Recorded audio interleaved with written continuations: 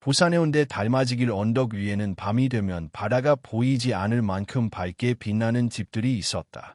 그 중에서도 정가의 저택은 유난히 눈에 띄었다.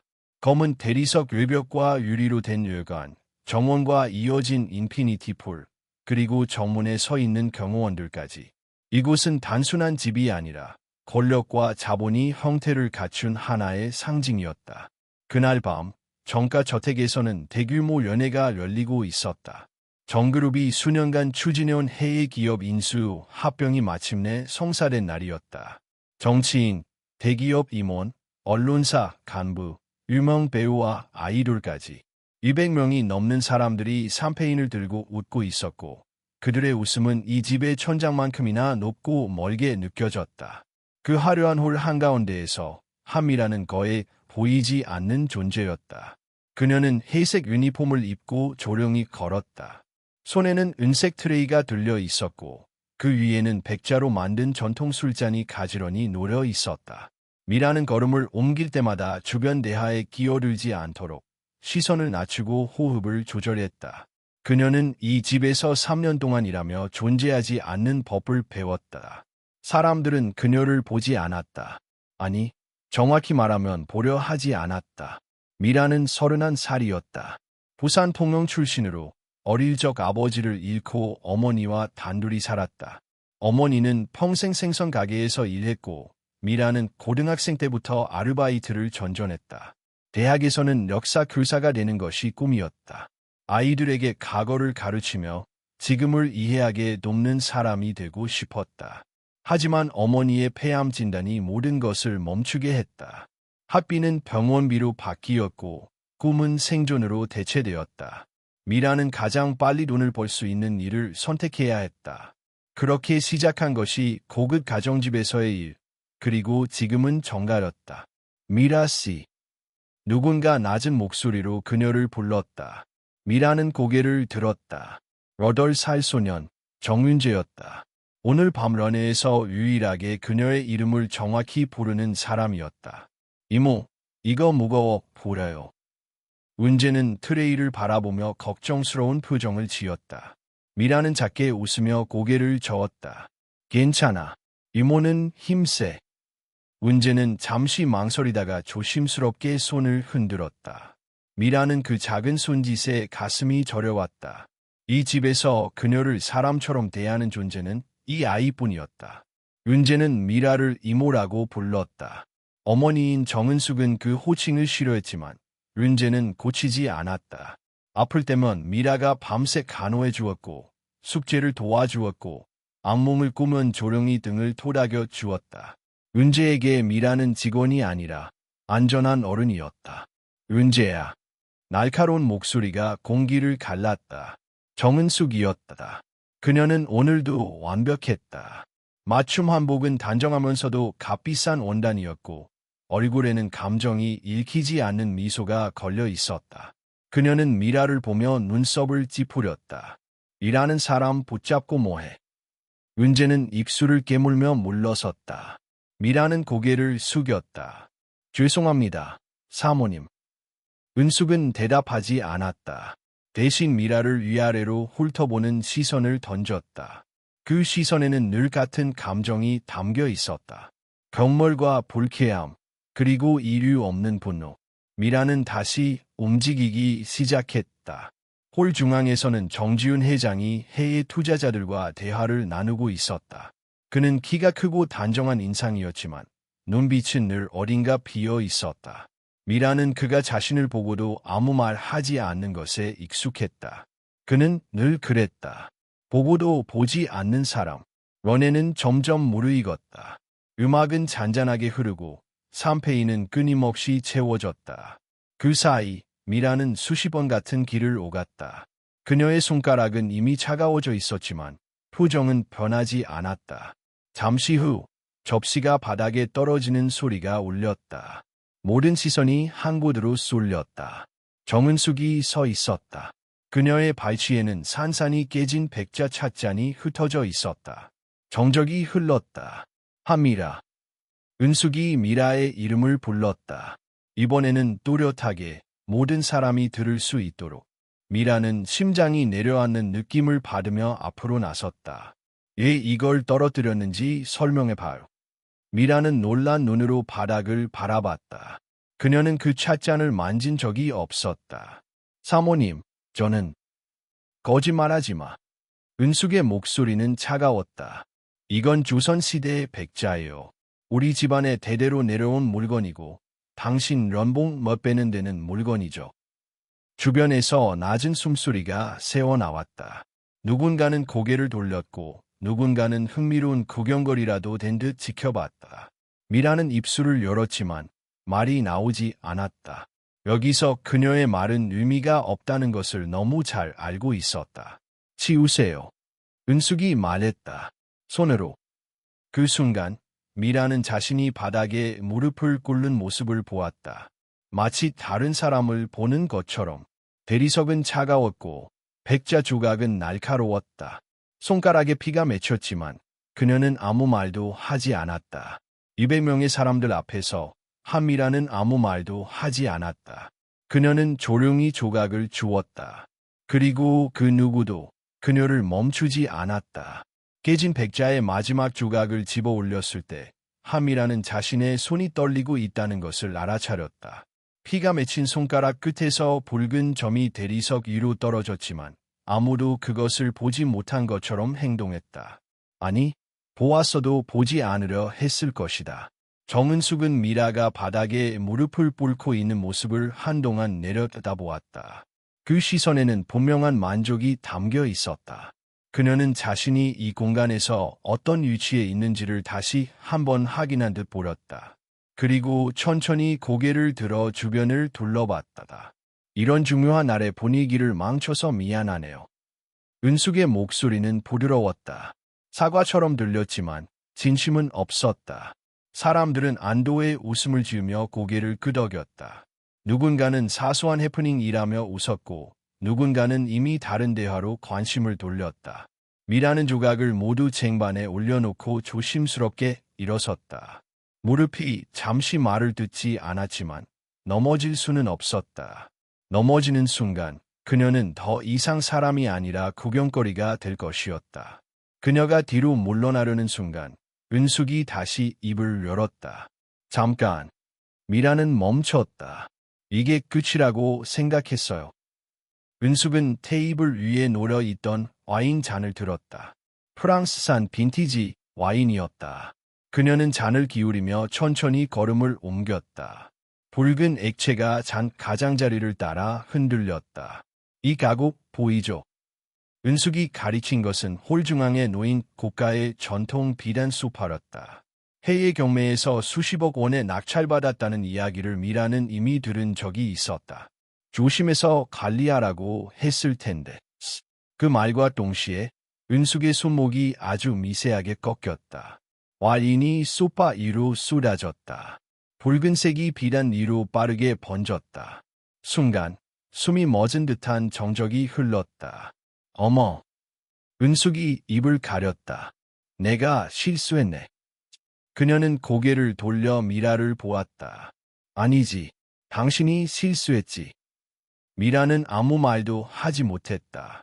방금 벌어진 일을 모두가 보았음에도 불구하고 은숙의 말이 진실이 되어버리는 이 공간의 규칙을 너무 잘 알고 있었기 때문이다. 어서 와서 닦아요. 은숙이 말했다. 손으로. 이번에는 웃음이 흘러나왔다. 낮고 조심스러운 웃음이었다. 누군가는 불편한 듯 고개를 숙였고 누군가는 이 상황을 흥미로운 연극처럼 바라보고 있었다. 미라는 다시 무릎을 꿇었다. 이번에는 피가 묻은 손으로 비단을 문질러야 했다. 천은 고급스러웠고 와인은 깊게 스며들어 쉽게 지워지지 않았다. 더 세게. 은숙의 목소리가 귓가에 내려앉았다. 그렇게 해서 지워지겠어요. 미라는 이를 악물었다.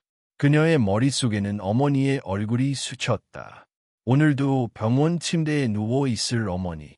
그녀가 이 일을 잃는 순간 모든 것이 끝난다는 사실이 그녀를 움직이게 했다.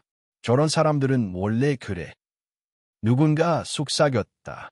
자기 주제도 모르고. 그 말은 칼처럼 미라의 등을 찔렀지만 그녀는 고개를 들지 않았다. 그때 이모는 안 그랬어요. 순간 공기가 얼어붙었다. 은숙의 얼굴에서 미소가 사라졌다. 방으로 가. 그녀의 목소리는 낮았지만 단호했다. 지금. 은재는 미라를 한 번 더 바라봤다. 미라는 고개를 살짝 저으며 미소를 지어 보였다. 괜찮다는 뜻이었다. 아이가 더 큰 상처를 입지 않기를 바랐다. 은재는 천천히 뒤돌아섰다. 하지만 그는 완전히 떠나지 않았다. 복도 끝에서 다시 한 번 뒤를 돌아봤다. 그날 밤, 은재는 우연히 어머니의 전화를 듣게 되었다. 네, 지금이 기회요. 은숙의 목소리는 낮고 차가웠다. 사고로 만들면 돼요. 하인 하나 없어지는 걸 누가 신경 쓰겠어요. 은재는 숨을 죽였다. 어린 나이였지만 그 말이 무엇을 의미하는지는 본능적으로 알 수 있었다. 그는 방으로 돌아와 침대에 앉아 한동안 움직이지 못했다. 그리고 조심스럽게 자신의 휴대전화를 꺼냈다. 다음 날 새벽, 미라는 주방에서 홀로 컵을 닦고 있었다. 손은 여전히 욱신거렸고 머리는 무거웠다. 그녀는 이 집에서 더 이상 안전하지 않다는 것을 느끼고 있었다. 그때 정지훈이 주방 문 앞에 섰다. 괜찮아요. 그의 목소리는 어색했다. 미라는 고개를 숙인 채 대답했다. 네, 회장님. 지훈은 잠시 말을 잇지 못했다. 그는 전날 밤의 장면이 계속 머릿속을 떠나지 않았다. 아내의 표정, 바닥에 무릎을 꿇은 미라, 그리고 아무것도 하지 않았던 자신. 어제의 일은. 그는 말을 멈췄다. 사과를 해야 한다는 것을 알았지만 그 말이 어떤 의미를 갖는지도 알고 있었다. 이 집에서 사과는 권력의 균열을 의미했다. 조심히 일하세요. 결국 그가 한 말은 그것뿐이었다. 미라는 고개를 끄덕였다. 그녀는 더 이상 기대하지 않았다. 기대는 상처를 키울 뿐이라는 것을 이미 여러 번 배웠기 때문이다. 그날 오후, 런네는 나리 수영장으로 자리를 옮겼다. 음악이 흐르고 웃음소리가 바람에 실려 퍼졌다. 정윤재는 수영장 근처에서 공을 가지고 놀고 있었다. 그의 손에는 휴대전화가 있었다.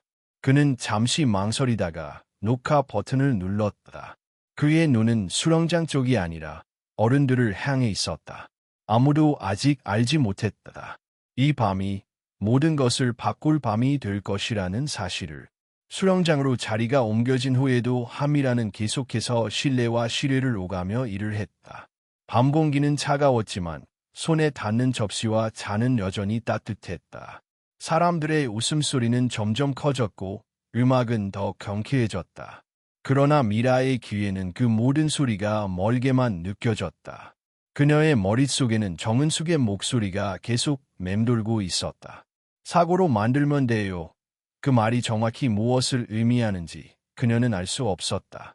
하지만 분명한 것은 이 집에서 사고란 언제든 의도적으로 만들어질 수 있다는 사실이었다. 미라는 주방에서 잠시 멈춰서서 숨을 골랐다. 손을 씻자 물이 붉게 물들었다. 낮에 베인 상처가 다시 벌어진 모양이었다. 그녀는 천천히 손을 닦으며 거울 속의 자신을 바라봤다. 얼굴은 창백했고 눈 밑에는 짙은 그늘이 드리워져 있었다. 오늘이 지나면 미라는 속으로 중얼거렸다. 오늘만 버티면 된다고 늘 그래왔듯이 스스로를 설득했다. 하지만 이번에는 그 말이 유난히 공허하게 들렸다. 그 시각 정은숙은 나의 테라스 한쪽에서 몇 사람과 이야기를 나누고 있었다.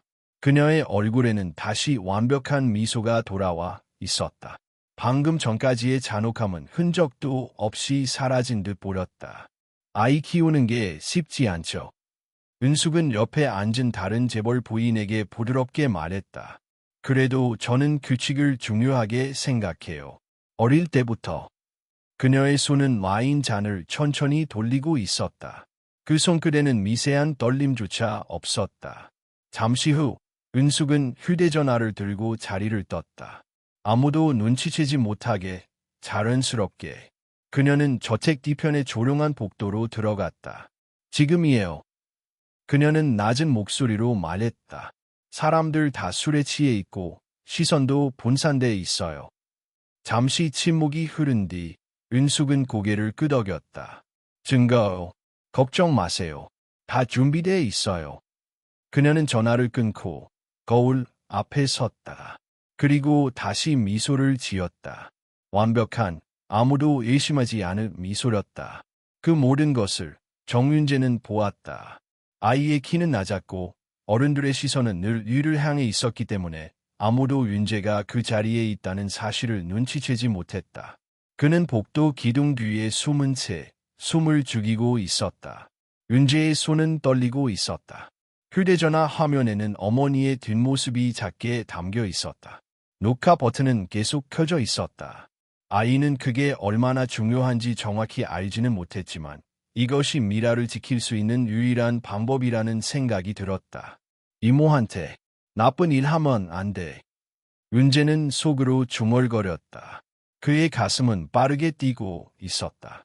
그날 밤 미라는 잠시 주방을 벗어나 아래쪽으로 나갔다. 정은숙의 비서가 그녀에게 수령장 근처에 잔을 정리하라고 지시했기 때문이다. 미라는 잠깐 망설였다. 낮에 있었던 일과 아까 들었던 말들이 머릿속에서 경고처럼 울렸다. 하지만 거절할 수는 없었다.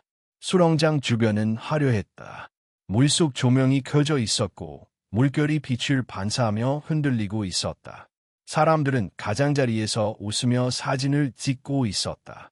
누군가는 이미 신발을 벗어 던진 채 발만 담그고 있었다. 은재는 수렁장 반대편에서 아이들과 공을 주고받고 있었다. 하지만 그의 시선은 계속 미라를 향해 있었다. 아이는 불안했다.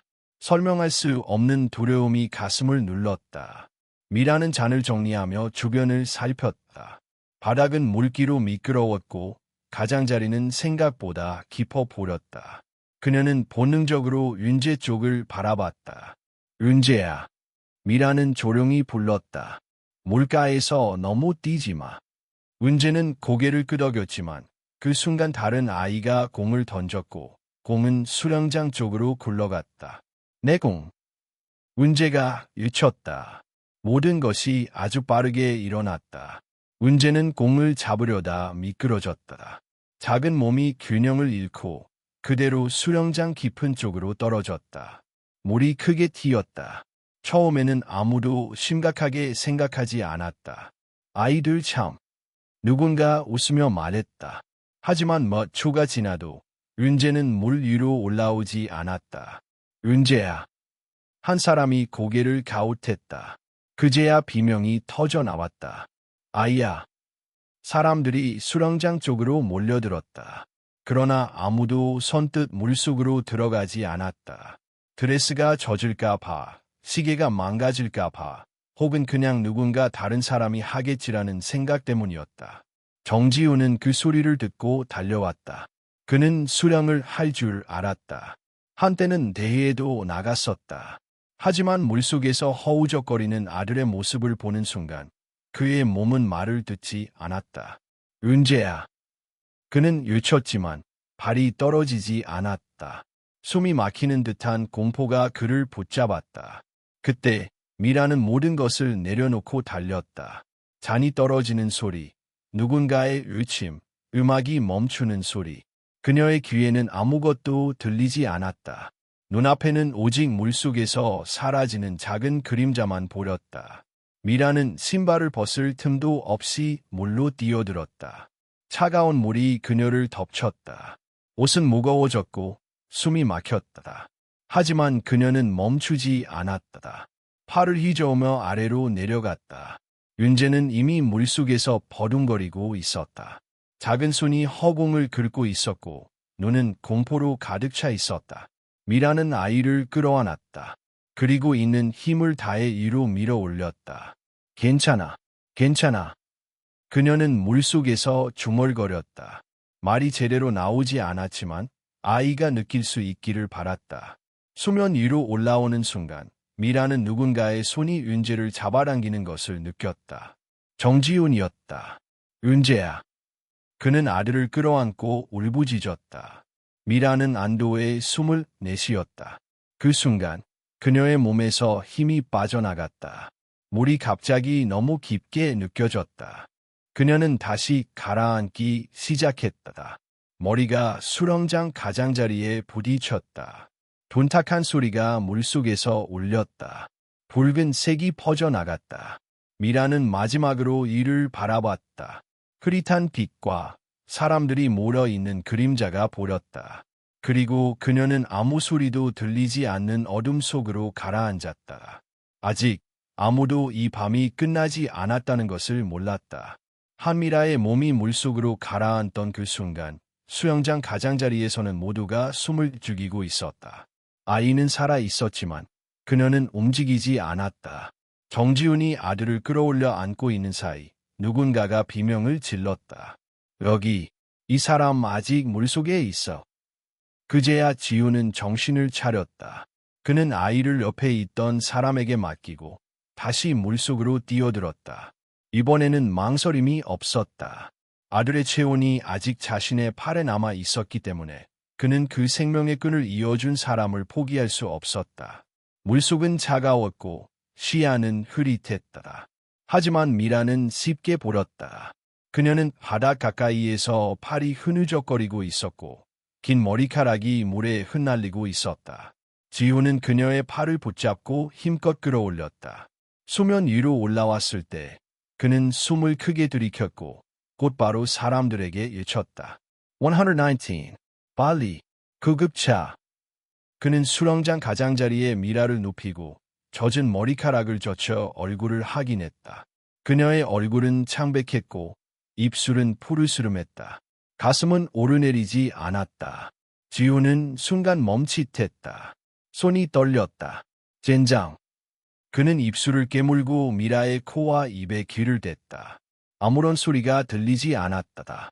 그는 본능적으로 심폐소생술을 시작했다. 그녀의 가슴을 눌렀고 입을 맞춰 숨을 불어넣었다. 제발, 제발. 그는 반복했다. 자신의 손에 닿은 그녀의 몸은 차가웠고 물기가 있었다. 하지만 이상하게도 이 생명을 포기하고 싶지 않았다. 몇 번의 반복 끝에 미라가 갑자기 기침을 했다. 물을 토해냈고 그녀의 몸이 움찔거렸다. 지훈은 안도의 한숨을 내쉬었고 주위 사람들 사이에서는 박수와 감탄이 터져나왔다. 하지만 미라는 곧바로 의식을 잃었다. 그녀는 깨어났지만 다시 깊은 잠에 빠진 듯했다. 구급차가 도착했을 때 그녀는 들것에 실려 병원으로 향했다. 그 자리에 남은 지훈은 젖은 셔츠를 붙잡은 채 한참 동안 움직이지 않았다. 그의 앞에는 아들이 서 있었다. 아빠. 윤재의 목소리는 작았지만 분명했다. 아빠는 처음에 안 들어갔어. 그 질문은 지훈의 가슴을 찔렀다. 그는 아무 대답도 하지 못했다. 말로 설명할 수 없는 공포, 무력감, 그리고 자신이 쌓아온 모든 것이 한순간에 무너질 것 같은 두려움이 있었지만 그것은 아이에게 설명할 수 있는 것이 아니었다. 미라 이모가 날 구했어요. 문제는 말했다. 아무도 안 움직였을 때 그냥 뛰어들었어요. 지훈은 아들의 눈을 바라봤다. 그 눈 속에는 배신감과 분노, 그리고 어린아이답지 않은 슬픔이 담겨 있었다. 아빠는 그냥 서 있었어. 그 말에 지훈은 고개를 떨구었다. 한편 정은숙은 저택 안에서 급히 정장을 갈아입고 있었다. 그녀의 표정은 복잡했다. 계획이 완전히 어긋난 건 아니었지만 예상보다 큰 반향이 일어나고 있었다. 저 여자가 살아났다고. 비서의 보고에 은숙은 이를 안 물었다. 그래도 괜찮아. 더 좋은 기회야. 사람들 앞에서 심폐소생술까지 했잖아. 이젠 동정 여론은 우리 쪽에 있어. 그녀는 거울을 바라보며 머리를 정리했다. 얼굴은 차분했고 표정은 완벽했다. 하지만 그 이면에 있는 보라는 그녀만이 알고 있었다. 그날 밤늦게 병원에서는 미라의 상태에 대한 브리핑이 이루어졌다. 의식은 돌아왔지만 아직 혼수 상태에 가까운 깊은 수면 상태입니다. 머리를 부딪혀 뇌진탕 증상이 의심됩니다. 건강을 지켜봐야 합니다. 지훈은 병실문 앞에서 의사와 대화를 마치고 한동안 멈춰 서 있었다. 병실 안에서는 미라가 산소 마스크를 쓴 채 누워 있었다. 창백한 얼굴, 정적인 침대, 그리고 기계음만이 존재하는 공간. 그는 조용히 안으로 들어갔다. 의자에 앉아 그녀의 손을 잡았다. 그 손은 차가웠지만 확실히 생명이 느껴졌다. 미안해요. 그는 조용히 말했다. 그날 아무것도 하지 못해서 미안해요. 그의 목소리는 떨렸다. 당신이 없었다면 윤재는 지금 없었을 거예요. 그는 고개를 숙였고 그 아래에서 몇 방울의 눈물이 떨어졌다. 그 순간 병실 복도 끝에서 조심스럽게 다가오는 작은 그림자가 있었다. 정윤재였다. 아이의 손에는 태블릿이 들려 있었다. 그 안에는 영상이 저장되어 있었다. 정은숙이 통화하던 장면, 하인 하나 없어지는 걸 누가 신경 쓰겠어 라는 말, 그리고 그 통화를 도청하던 윤재의 표정까지. 그는 병실 문 앞에서 멈춰 섰다. 아직 아무에게도 보여주지 않은 이 진실을 누구에게 먼저 털어놓아야 할지 고민하고 있었다. 그러나 윤재는 알고 있었다. 그가 말하지 않으면 아무도 믿지 않을 것이고 미라는 다시 사라질지도 모른다는 것을. 아리의 손이 천천히 병실 문 손잡이를 향해 움직였다. 이제 조용했던 아이가 목소리를 내기 시작하려 하고 있었다. 정윤재는 병실 문 앞에서 한참을 서 있었다. 손에 들고 있던 태블릿은 무거웠고 화면 속 정은숙의 얼굴은 여전히 차가웠다. 몇 번이나 영상을 다시 재생했지만 갈등은 사라지지 않았다. 그는 아직 8살이었다. 하지만 눈앞의 진실을 외면할 수 없었다. 그가 문을 열려는 순간 병실 안에서 움직임이 있었다. 응. 희미한 신음소리였다. 은재는 깜짝 놀라 문을 열고 뛰어 들어갔다. 병상 위에 누워있던 한미라가 눈을 천천히 떴다. 산소 마스크는 여전히 착용되어 있었지만 그녀의 눈동자가 천장을 인식하고 있었다. 이모. 은재는 침대 옆으로 달려갔다. 미라는 천천히 고개를 돌렸고 은재를 바라봤다. 눈빛에는 혼란이 가득했지만 아이의 얼굴을 보자마자 그녀의 눈에서 눈물이 흘러내렸다. 괜찮아요, 이모. 이제 괜찮아요. 은재는 그녀의 손을 꼭 잡았다. 미라는 입을 움직였지만 말이 되지 않았다. 그저 천천히 고개를 끄덕였다. 살아있다는 것만으로도 감사한 순간이었다. 잠시 후 의료진이 들어와 상태를 확인했고 의사는 지훈에게 연락을 취했다. 지훈은 전화를 받자마자 병원으로 달려왔다. 병실에 도착했을 때 미라는 여전히 누워 있었지만 눈은 또렷했다. 한미라 씨. 지훈은 조심스럽게 다가갔다. 정말 감사합니다. 그의 말은 짧았지만 진심이었다. 미라는 고개를 돌리지 않았다. 그녀는 여전히 멍한 상태였고 지훈을 마주볼 힘도 남아있지 않았다. 제가 너무 늦게 움직였어요. 지훈은 자책하듯 말했다. 하지만 앞으로는 당신을 지킬 겁니다. 그 말에 미라는 살짝 눈썹을 찌푸렸다. 그것은 믿지 않는다는 반응이기도 아니면 아직 믿고 싶지 않다는 뜻이기도 했다. 그날 저녁 병원 밖에는 기자들이 몰려들기 시작했다. 정지훈이 직접 구출한 가사로움이 아이를 구하고 혼수 상태에 빠졌던 여인, 회장의 심폐소생술. 언론은 이 드라마 같은 이야기를 놓치지 않았다. 각종 포털에는 미모의 도움을 받은 회장님, 영웅이 된 집사 같은 자극적인 제목이 붙었고 수백만 건의 조회수가 폭발적으로 올라갔다. 그러나 정은숙은 움직이지 않고 있지 않았다. 그녀는 조용히 언론사 몇 곳과 접촉했고 며칠 전 한미라의 과거 정보를 입수했다. 그녀가 대학을 중퇴한 이유, 병원비 문제로 사채를 썼던 흔적, 어머니가 과거 노점 허가 없이 장사하던 기록까지. 사람들은 동정하다가도 금세 등을 돌려요. 그녀는 비서에게 말했다. 저 여자를 순식간에 위험한 하녀로 만들 수 있어요. 기사는 곧바로 퍼졌다. 고한 건 사실이지만 위험한 과거 가진 여자. 미혼, 학력 이주 의혹. 어머니는 불법 노점상 출신. 기억은 짧고 흥미는 잔인했다. 하루 전까지만 해도 영웅이라 불리던 미라는 갑자기 의심스러운 여자로 불리기 시작했다. 병실 안에서도 그 소식은 들려왔다. 간호사가 휴게실에서 나눈 대화, 병원 직원 미라는 그를 바라보았다. 이번에는 피하지 않았다. 회장님, 왜 저를 도와주시려는 거예요? 처음으로 그녀는 목소리를 냈다. 신 듯한, 그러나 분명한 목소리였다. 지호는 대답하지 못했다. 윤재 때문인가요? 아니면 죄책감 때문이요? 그녀는 담담하게 물었다. 지호는 숨을 들이켰다. 둘 다예요. 그리고 하나 더. 당신을 존경하게 됐습니다. 그 말에 미라는 눈을 감았다. 감정이 올라오려 했지만 억눌렀다.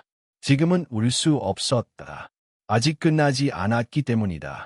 다음 날 아침, 윤재는 다시 병실을 찾았다. 이번에는 태블릿을 들고 있었다. 조심스럽게 문을 열고 들어온 그는 미라의 침대 옆으로 다가갔다. 이모. 응, 윤재야. 이거 봐야 해요. 윤재는 태블릿을 켜고 영상을 틀었다. 그 안에는 정은숙이 통화하는 장면, 그리고 그가 몰래 녹화한 대화가 담겨 있었다. 사고처럼 처리해요. 사람들 앞에서 넘어졌다고 하면 돼요. 증거? 그런 건 내가 처리할게요. 미라는 그 영상을 보고 입술을 깨물었다. 숨이 멎는 것 같았다. 이걸 얘 가지고 있었어. 무서웠어요. 하지만 이제 말해야 해요. 윤재는 단단한 눈빛으로 말했다. 엄마가 잘못했어요. 그리고 이모가 죽을 뻔했어요. 미라는 아이의 손을 잡았다. 떨리는 작은 손이었지만 그 안에는 세상을 움직일 힘이 담겨 있었다. 이 영상, 세상에 내보내도 돼. 윤재는 고개를 끄덕였다. 모두가 진실을 알아야 해요. 그날 밤, 한 익명의 계정에서 영상이 온라인에 업로드되었다. 부산 H저택 사고의 진실이라는 제목 아래 영상은 순식간에 퍼져나갔다. 댓글은 불붙은 듯 달렸다. 진짜였어. 이거 조작 아닌가? 어린아이가 찍은 영상이래. 정은숙, 끝났다. 다음 날 아침, 정은숙은 일어나자마자 휴대전화를 확인했고 기사 제목을 보고 얼굴이 굳었다. 하인 하나 없어지는 걸 누가 신경 써요? 그녀의 목소리가 세상 모든 사람들의 휴대폰에서 동시에 흘러나오고 있었다. 정은숙의 얼굴은 핏기를 잃은 채 창백하게 굳어 있었다. 침실 한가운데에서 그녀는 멍하니 휴대전화를 들여다보았다. 모든 포털의 실시간 검색어 1위는 엔드코트, 정은숙 통화 녹음 엔드코트, 정은숙 하녀 조작 엔드코트, 그리고 엔드코트, 부산 재벌 사건 엔드코트, 이었다. 비서는 숨도 제대로 쉬지 못한 채 그녀 앞에 서 있었다. 죄송합니다, 사모님. 이미 각 언론사에서 보도 중이고 SNS는 통제할 수 없습니다. 그 영상, 누가 올린 거야?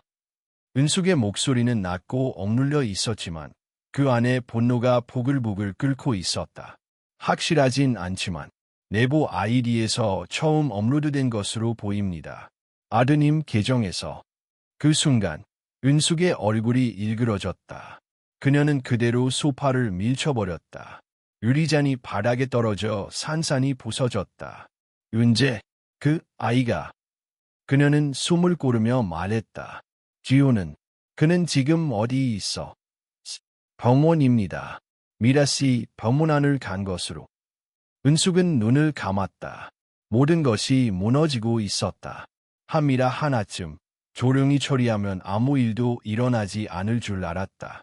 그녀가 이 집안의 질서를 유지하기 위해 필요했던 정리였다. 하지만 지금 자신이 그 질서의 중심에서 벗어나고 있었다. 한편 병원은 마치 성지순례지처럼 바뀌고 있었다. 수많은 기자들이 병원 앞에 진을 치고 있었고 유튜버들과 1인 방송 진행자들이 삼삼오오 모여 라이브 스트리밍을 하고 있었다. 여기가 바로 그 하미라 씨가 입원해 있는 병원입니다. 영상 속 진짜 피해자죠. 정 회장이 직접 구조한 장면, 이곳에서 찍힌 거랍니다. 여기 CCTV로 있대요. 하지만 또 다른 목소리도 있었다. 그 여자, 과거 문제 있다던데. 그래도 도와준 건 맞잖아.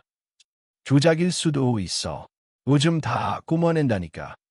온라인 세상은 불꽃처럼 타오르고 있었고 그 불길은 점점 미라의 병실을 향하고 있었다. 지우는 병실 안에서 창밖을 내다보며 말없이 서 있었다. 미라는 침대에 앉아 있었고 여전히 안색은 창백했지만 눈빛은 전보다 단단해져 있었다. 회장님, 지훈이라고 불러요. 미라는 잠시 그를 바라보았다. 지훈 씨, 이제 어떻게 될까요? 지훈은 그 질문에 한참 침묵했다. 그는 깊은 숨을 내쉬었다. 이 영상이 공개된 이상 은숙은 물러설 수 없을 겁니다. 이제는 여론과의 싸움이에요. 저는 또 상처받을까요? 지훈은 고개를 저었다. 이제는 내가 앞에 설 거예요. 지금까지는 당신을 숨기려고 했지만 그럴수록 당신만 희생됐어요. 그는 주머니에서 종이 한 장을 꺼냈다. 기자회견 발표문 초안이었다. 오늘 오후 기자회견을 열 겁니다. 내 입으로 전부 말하겠어요. 미라는 조용히 고개를 끄덕였다. 하지만 지훈이 말을 멈췄다. 당신이 동의하지 않으면 하지 않겠습니다. 이건 당신의 인생이고 당신의 싸움이니까. 미라는 그의 눈을 바라봤다. 이 집에 들어왔던 첫날, 지훈은 자신에게 아무런 관심도 주지 않았던 사람이었다. 하지만 지금 그의 눈엔 진심이 담겨 있었다. 하세요. 그녀는 말했다. 이제는 더 숨지 않겠어요. 저도 이 싸움에 있어야 하니까. 그 말에 지훈은 고개를 숙였다. 그날 오후 기자회견이 열렸다. 수십 명의 기자와 방송 카메라, 라이브 방송을 위한 조명까지. 회견장 앞에는 정 회장, 진실 밝힌다 라는 자막이 걸려 있었다. 지훈은 정장을 입고 무대에 섰다. 그의 옆에는 미라는 없었다. 아직 몸이 회복되지 않았기 때문이다. 하지만 윤재가 관중석 뒤쪽에 조용히 앉아 있었다.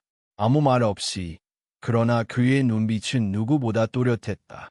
지훈은 마이크 앞에 섰다.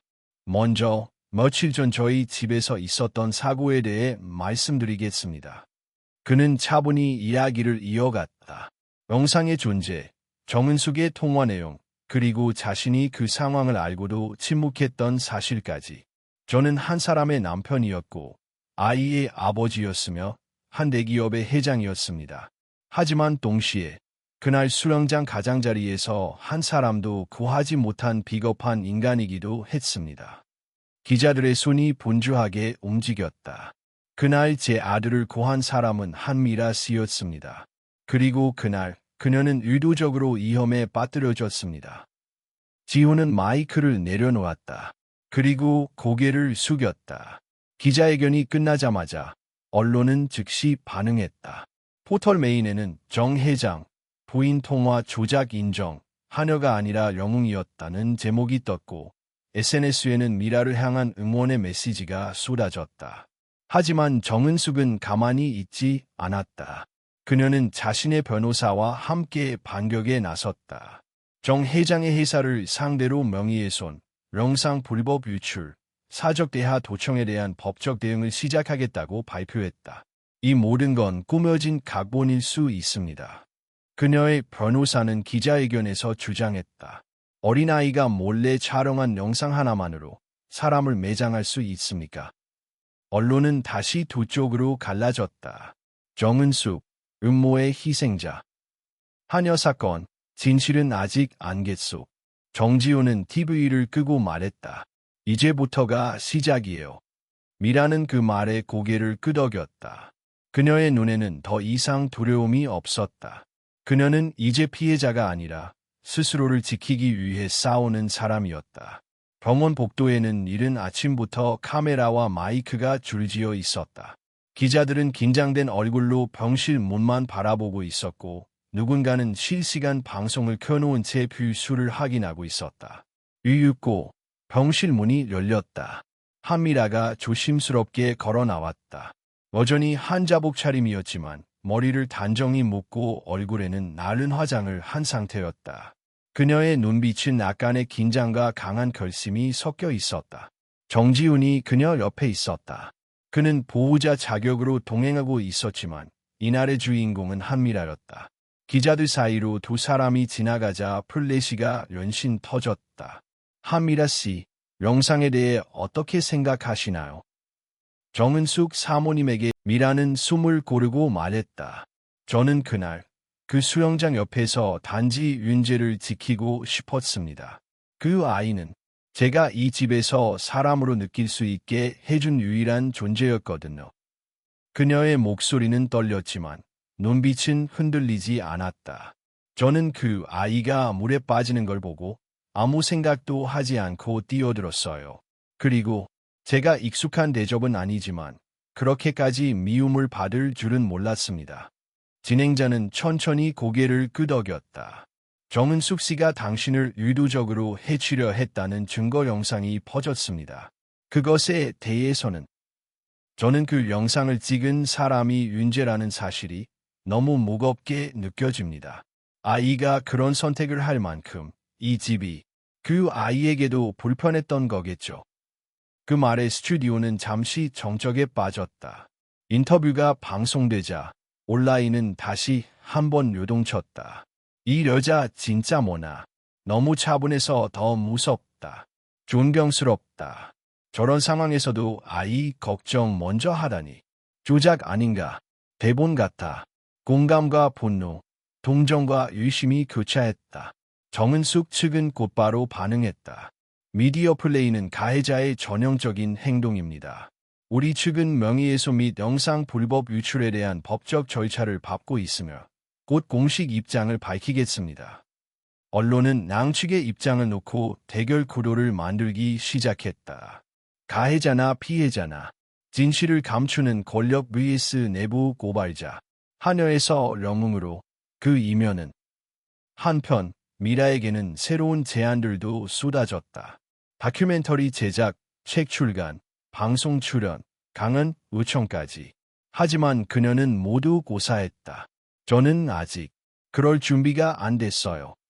지우는 조용히 그녀의 선택을 지지했다. 대신 그는 변호사들과 함께 법적 대응을 준비했다. 증거 영상의 진위, 녹취 파일의 적법성, 윤숙 측의 명의훼손 주장에 대한 반박 자료들을 정리했다. 며칠 뒤 법원에 정식으로 사건이 접수되었다. 한미라에 대한 업무상 위협 및 생명 위협 시도, 정은숙의 허위사실 유포 및 명의훼손, 윤재의 영상 증거 보호 조치 등이 포함된 고소장이었다. 그날 저녁, 미라는 병원 옥상에 올라갔다. 도시의 불이 하나둘씩 켜지고 있었고 밤 공기는 서늘했다. 그녀는 난간에 기대어 바람을 맞았다. 지금쯤이면 엄마가 뉴스 봤겠지. 그녀는 속으로 중얼거렸다. 휴대전화를 꺼내 사진첩을 열었다. 어머니와 함께 찍은 마지막 사진. 병원 침대 위에서 미소 지었던 어머니는 이제 곁에 없었다. 엄마, 나 잘하고 있는 거 맞지? 그녀의 눈가에 눈물이 고렸다. 하지만 그녀는 고개를 들었다. 이제 다시는 침묵하지 않을게요. 그녀는 더 이상 자신을 감추지 않았다. 재판이 열리는 날 아침, 서울중앙지방법원 앞은 취재진과 시민들로 북적였다. 재벌가 갑질 사건이라는 이름으로 불리게 된 이번 소송은 전국적인 관심을 끌었고, 언론은 앞다퉈 자극적인 제목을 달아 실시간으로 보도했다. 오늘 그 영상 속 인물들이 드디어 법정에서 마주합니다. 한미라, 영웅인가? 조작의 희생양인가? 법원 안 미라는 어두운 정장을 입고 앉아 있었다. 옆에는 그녀의 변호인이 있었고 뒤편에는 정지훈과 윤재가 조용히 앉아 있었다. 윤재는 미라를 향해 살짝 고개를 숙여 응원의 눈빛을 보냈다. 그녀는 긴장된 숨을 들이마셨다. 오늘 그녀는 단순히 자신을 방어하는 것이 아니라 이 사회의 어떤 구조와도 맞서 싸워야 했다. 재판장이 입장하고 정숙을 알리는 판사의 목소리가 울렸다. 곧이어 피고 측이 입장했다. 정은숙은 고개를 높이 들고 법정 안으로 걸어 들어왔다. 그녀는 흰 정장을 입고 있었고 머리는 완벽하게 정돈되어 있었다. 그녀의 얼굴에는 당당함이 서려 있었지만 눈빛은 예전보다 불안해 보였다. 첫 공판은 쌍방 주장의 정리로 시작되었다. 한미라 측은 의도적인 생명 위협과 모욕, 명예훼손을 주장했고 정은숙 측은 허위 영상에 기반한 명예실추, 사적통화 녹취 불법성을 근거로 맞섰다. 저 영상은 사전 동의 없이 촬영된 것으로 불법 증거입니다.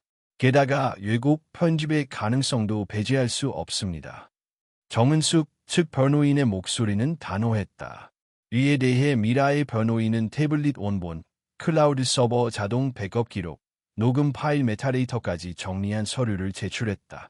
이 영상은 아동이 공익 목적에 따라 촬영한 것으로 사적 대하라고 보기 어렵습니다. 그리고 편집이 없었다는 포렌식 결과도 제출하겠습니다. 법정안이 술렁였다. 재판장은 손을 들어 조용히 시켰다. 본 재판은 사회적으로 민감한 사안입니다. 여론이 아닌 증거로 판단하겠습니다. 점심 휴정 후 증인 신문이 시작되었다. 첫 번째 증인은 병원의 간호사였다.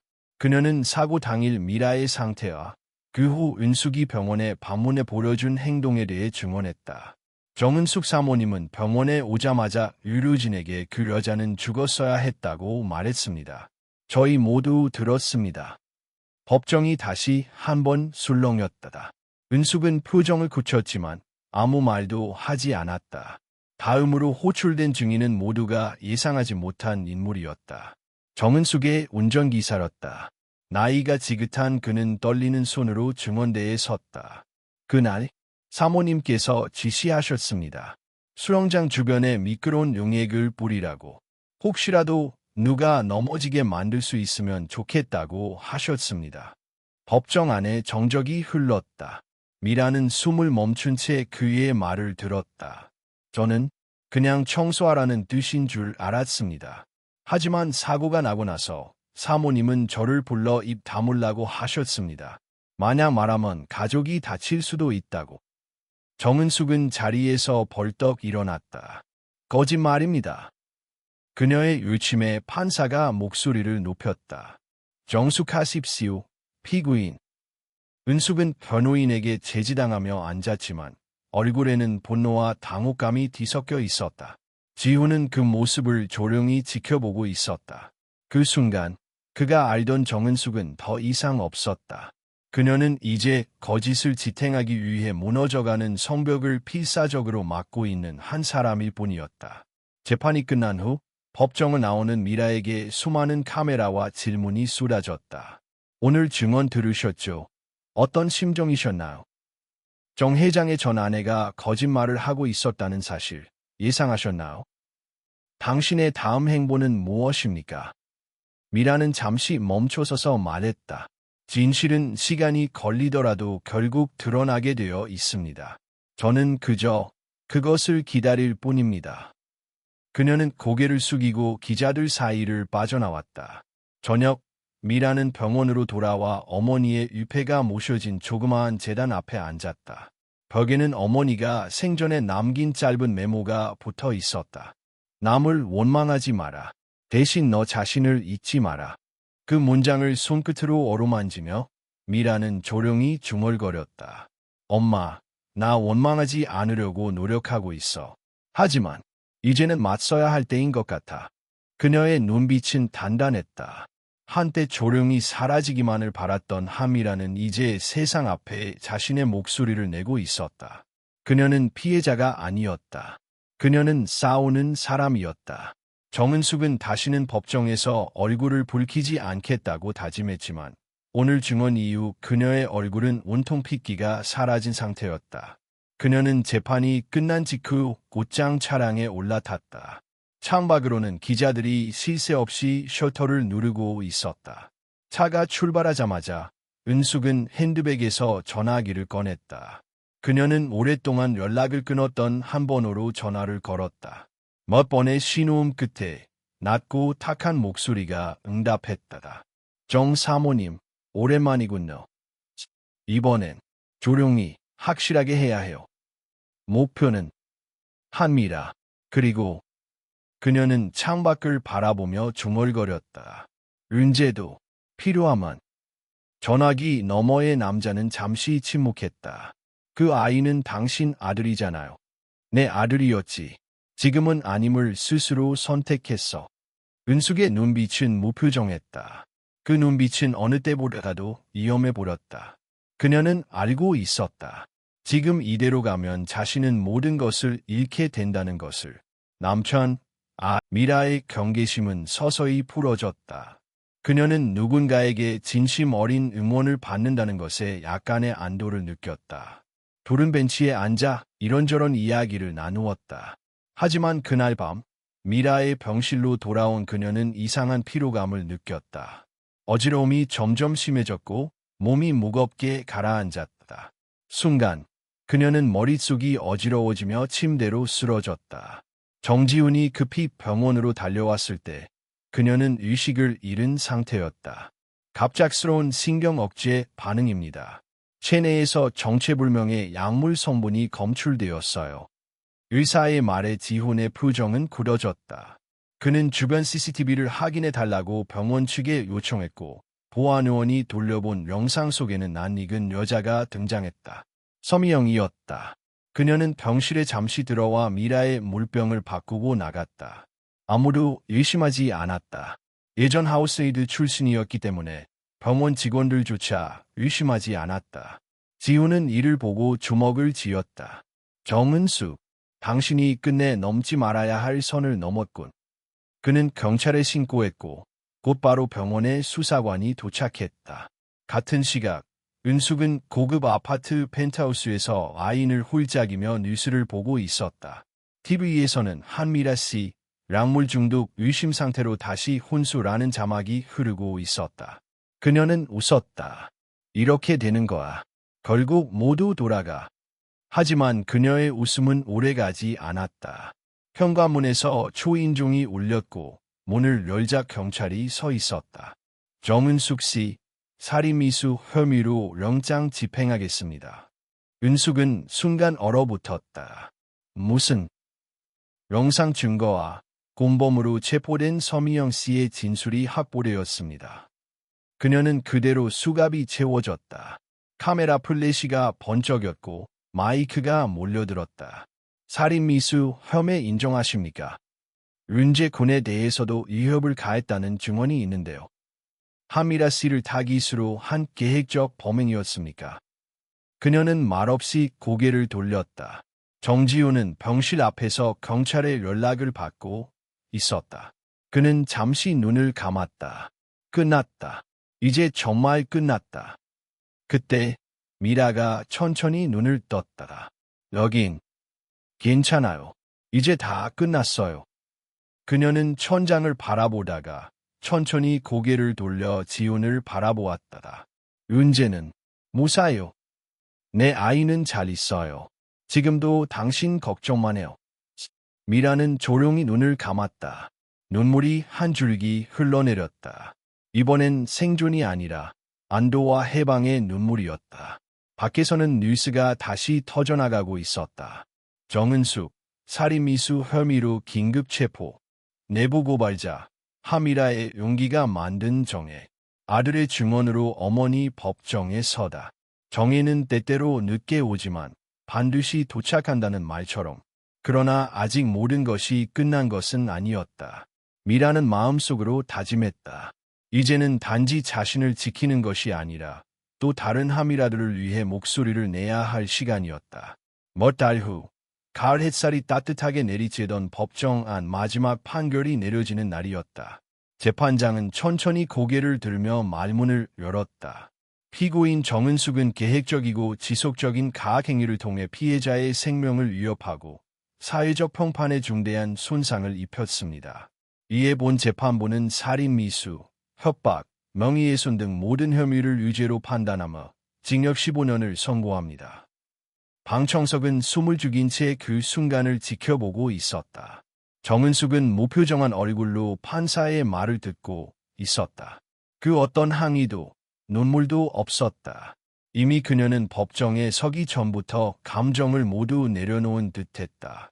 그녀가 마지막으로 미라를 바라본 건 구치소로 향하기 전 철창 너머에 서렸다. 미라 역시 아무 말 하지 않았다. 그녀는 그 시선을 피하지 않았고 오히려 담담하게 맞섰다. 그들은 긴 세월 서로 다른 세계에 살았지만 지금 이 법정에서만큼은 같은 공간, 같은 규칙 아래 있었다. 정의는 그렇게 내려졌고 럭사는 조용히 적히고 있었다. 며칠 뒤 미라는 병원을 완전히 퇴원했다. 회복까지는 시간이 더 필요했지만 그녀는 더 이상 환자가 아니었다. 언론은 여전히 그녀의 이름을 앞세워 자극적인 제목을 달았고 방송국들은 인터뷰 요청을 계속 보냈지만 그녀는 조용히 사라졌다.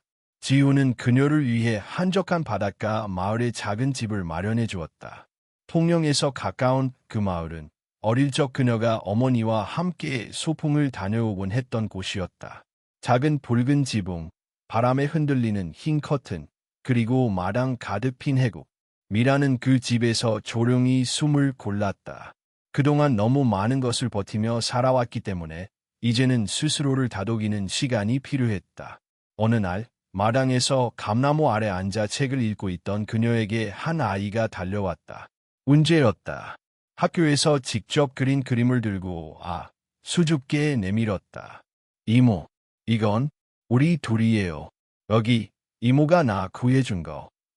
그림 속에는 푸른 수영장, 물속에 빠진 아이, 그리고 그를 구하려 뛰어드는 여인의 모습이 그려져 있었다. 거칠지만 분명한 메시지가 담긴 그림이었다. 미라는 그 그림을 받아들고 조용히 눈물을 흘렸다.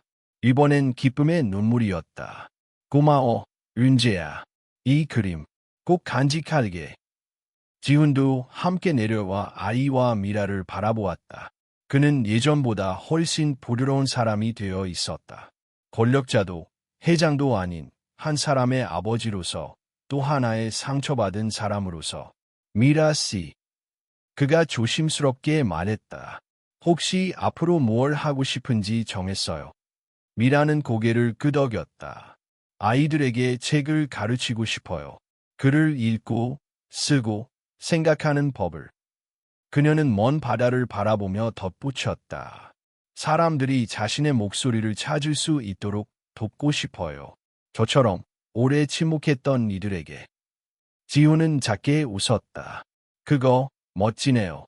필요한 게 있다면 언제든 말해요. 이번엔 내가 돕고 싶으니까. 하지만 미라는 고개를 저었다. 고맙지만 이건 제가 혼자 해야 할 길이에요. 제 삶이니까요. 그 말에는 단호함과 평온함이 공존했다. 시간이 흘러 그녀는 마을 작은 도서관의 임시 직원으로 일하기 시작했다. 아이들에게 책을 읽어주고 글쓰기 수업을 열었다. 그녀의 이야기를 들은 사람들은 처음엔 호기심으로 다가왔지만 곧 진심으로 그녀를 존중하기 시작했다. 그녀는 이제 뉴스 속 인물이 아니라 그저 마을에서 책 읽어주는 따뜻한 선생님이었다. 그리고 그 안에서 자신도 조금씩 치유되고 있었다.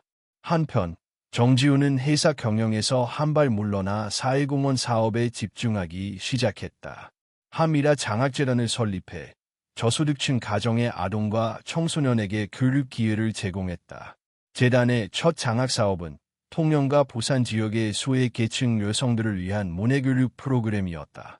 그 이름은 그녀의 허락을 받아 지은 것이었다. 뉴스에는 짧게 이런 문장이 실렸다.